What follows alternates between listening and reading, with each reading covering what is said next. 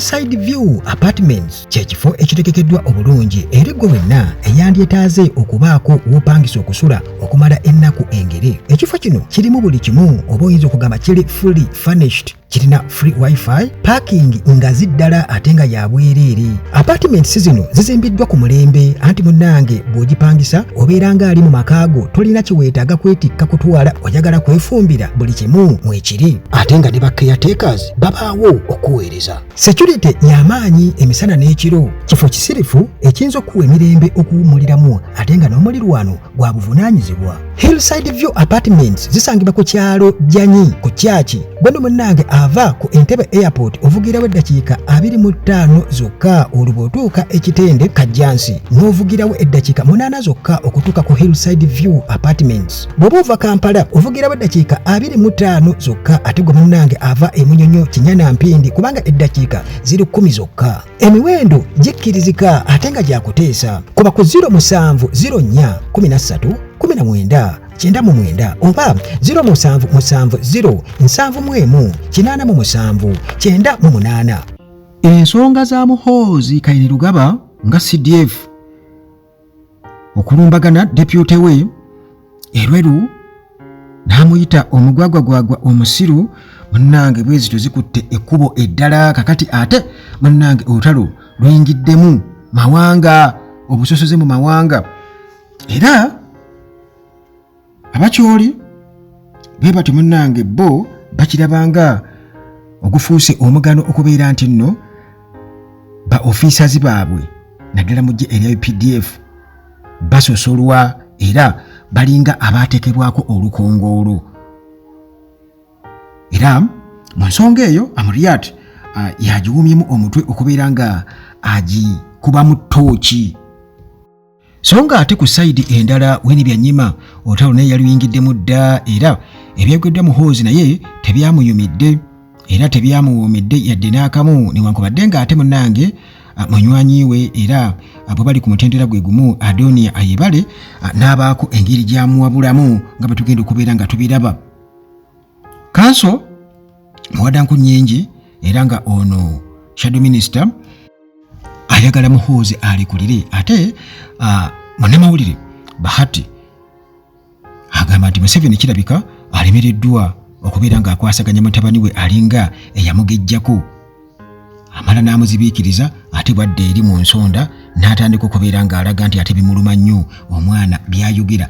N'abantu nabo ku buli omu ku abo ng'amaze okubaako byayogera nga nabo babaddamu nti gwe kakati olutukole tutya olugwafaayo ennyo. Kakati munnange Patrick Oboy Amuriat gwe tumanyi obulungi muna FDC ow'ekiwayi Kinnajja Nankumbi, ono avuddeyo n'agamba nti munnange bino birabika bikwatagana n'amawanga era bo basosolwa. Munnange agamba nti NRM government eno yeegumbulidde okulaga obusosoze mu mawanga ewatali kubikkirira bwe kijja okukukwasaganya obukuubagano obubaawo wakati w'abasiniya UPDF officials. Amuriat agamba nti nno munnange ebigenda maaso wakati wa Muhoozi Kainerugaba ne Lieutenant General Peter Erweru kirabika munnange luno lutalo olunene olwaddala wamu n'okuyisa obubi era nga lugendereddwamu kubeera nga lwolekezebwa eri ba army officials oba officers okuva mu Teso sub-region. Era bwatyo yakkidde omutimbagano n'atandika okunokolayo incidents ezimu omubadde ba prominent Teso officers omuli omugenzi General Eritu Mwine okubeera nti yalumbagana Lieutenant General Charles Anjina 2020.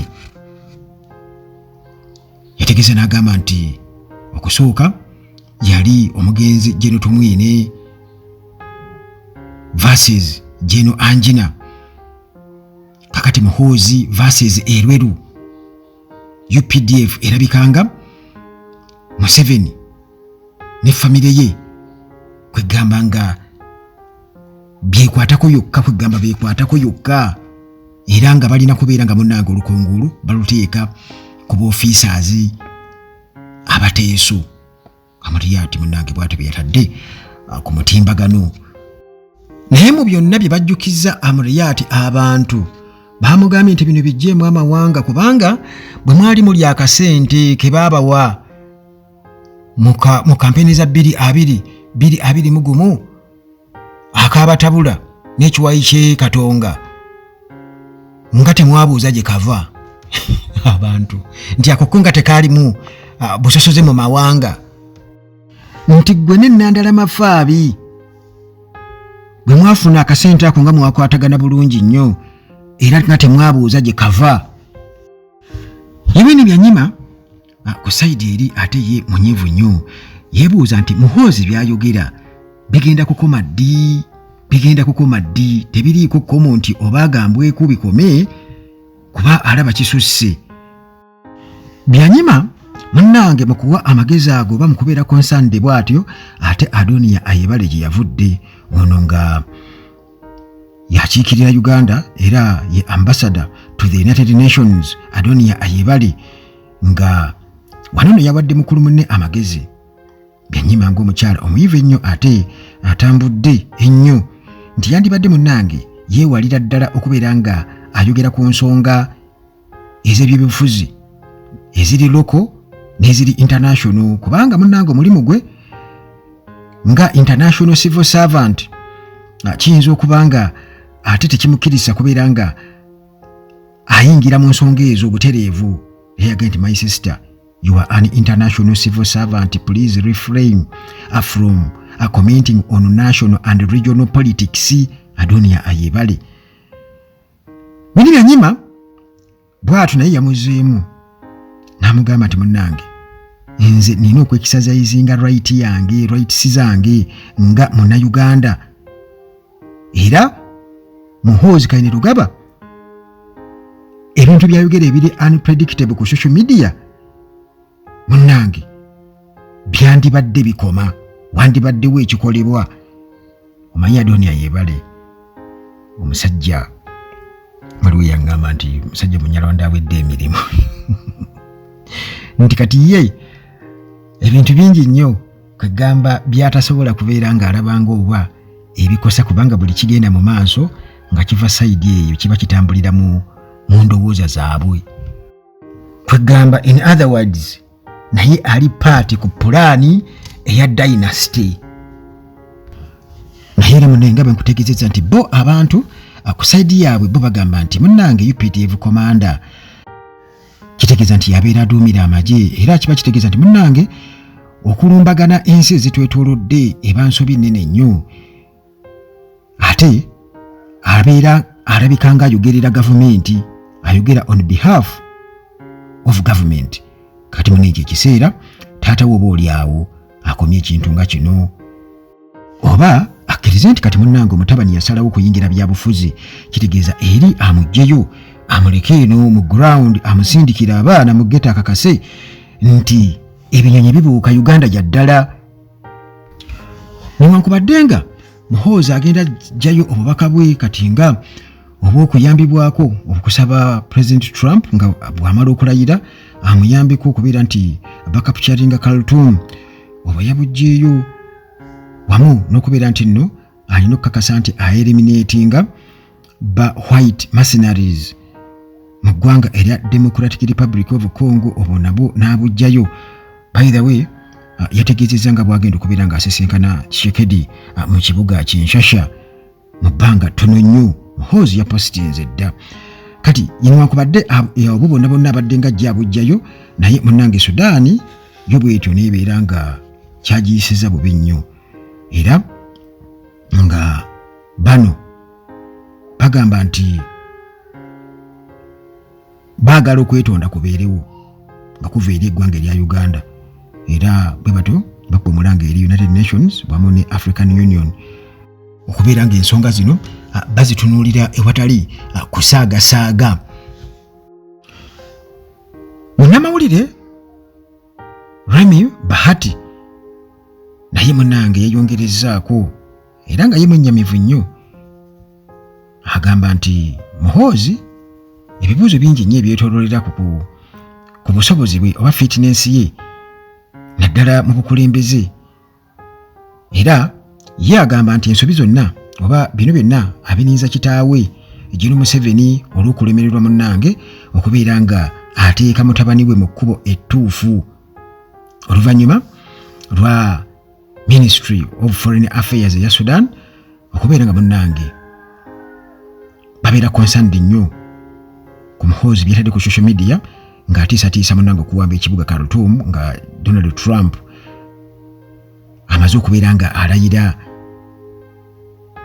Munnamawulire Remy Bahati agamba nti Muhoozi Kainerugaba enneeyisa ye munnange n'ebyayogera tebirema kuleetera bibuuzo, kwebuuza ddala mu butuufu ono mental state eri etya, omusajja ategeera bulungi ddala mental state ye eri etya. Bahati bw'atyo bwe yawandiise era n'ategeeza nti ye mu interview emu ne General Museveni yamubuuza butereevu nti ddala yalemererwa okwasaganya mutabani we. Agamba nti mu kamera Museveni yasalawo kudifendinga mutabani we mu kamera, naye ate bwe yadda ebbali ate na breakinga down n'atandika okwevuma obulagajjavu bwa mutabani we. Bahati agamba nti Sudan okubanja official apology okuva eri Uganda olwa Muhoozi okumala googera ng'omuntu ebyensimattu kitegeeza nti Muhoozi alina okubeera nga annyonnyola era nga avunaanibwa ku nsonga eno, walina okubaawo accountability kubanga yagamba nti apologies mmeka oba okwetonda kwa mirundi emeka okugenda okukolebwa olw'ensobi za Muhoozi. Jjukira nti juzi ng'amaze okukakasa nga bw'agenda okuwamba Nairobi, Museveni yavaayo ne yeetonda. Kakati ku luno ku nsonga za Sudaani Muhoozi Museveni teyandivuddeyo kwetonda lwa Muhoozi. Muhoozi avunaanibwe kubanga ensonga eyo abantu bagirabira ddala nga ey'omuntu omulagajjavu atalina buvunaanyizibwa, anyuma international law wamu n'okutiisatiisa regional stability. Ate ye Kyaddondo East MP Mwadanko Nnyingi akubye omulange eri gavumenti ya General Museveni okuvaayo okutangaaza ku nsonga zino era okakasa nti munnange kino tekiddamu kubaawo. Bw'atyo n'asaba nti Muhoozi yandibadde aresigninga yalibadde alekulira newankubadde nga munnange ttiimu Muhoozi nayo n'emulumba n'emugaa nti gw'onoonya relevance nti buli kagwawo olwo ate ngeri gye tugenda mu kalulu ka 2026 olwo mwagala mukozese bino nga okufunirako erinnya n'ettutumu. Ttiimu Muhoozi bwetyo bw'ebiraba naye ate ne bwebuuza nti ate ye lwaki Muhoozi abyogera tugenda mu kalulu, lwaki atayiminga tugenda mu kalulu ne n'ayogera ebintu ebifaanaganako bwe bityo, yalibadde abyogerera eri mabega nga tetunaba kubeera nga tuyingira season eya campaign. Ekituufu kiri nti ebigenda mu maaso ku speed bingi nnyo era nga tetunaba kubeera nga tumanya lwaki Muhoozi ddala akola ebintu ebifaanaganako bwe bityo. So ttiimu Muhoozi ye tukakasa nti alina ensonga lwaki ebintu ebimbu abyogerako, kitegeeza nti oba oli awo tulinde wasuubira naye okubeera nti oba afunira mileage kubanga weewuunye nti naye kennyini nnyini okulemera mu byobufuzi ate nga serving officer mu magye aga UPDF ekintu ekikontana n'amateeka ga UPDF nakyo ekyo kyewuunyisa nti before nga temunaba kubeera nga muwagira ensobi kati kirabika nti mwe mulinga baga nti Muhoozi ali immune alina okuba nga ye amateeka tegamukwatako yadde n'akamu.